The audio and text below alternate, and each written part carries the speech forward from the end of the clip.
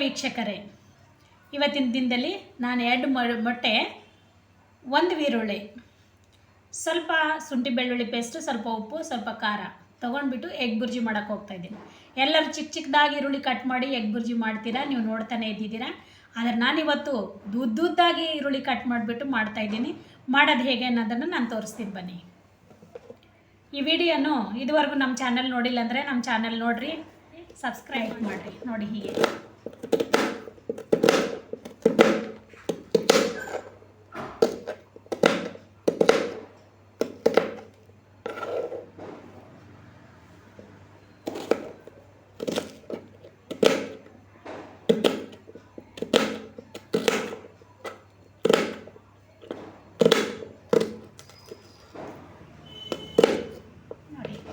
Cut ಮಾಡಿದ್ದೀನಿ.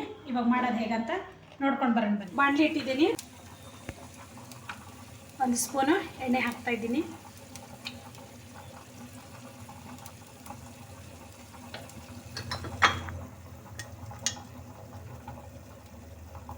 ಅದರಲ್ಲಿ ಒಂದು ಸ್ವಲ್ಪ ಸಾಸಿವೆ ಜೀರಿಗೆ ಹಾಕ್ತಾಯಿದ್ದೀನಿ.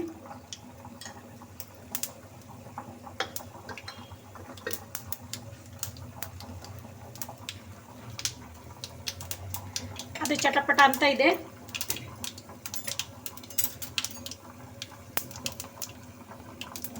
ಈರುಳ್ಳಿ ಹಾಕ್ತಾ ಇದ್ದೀನಿ.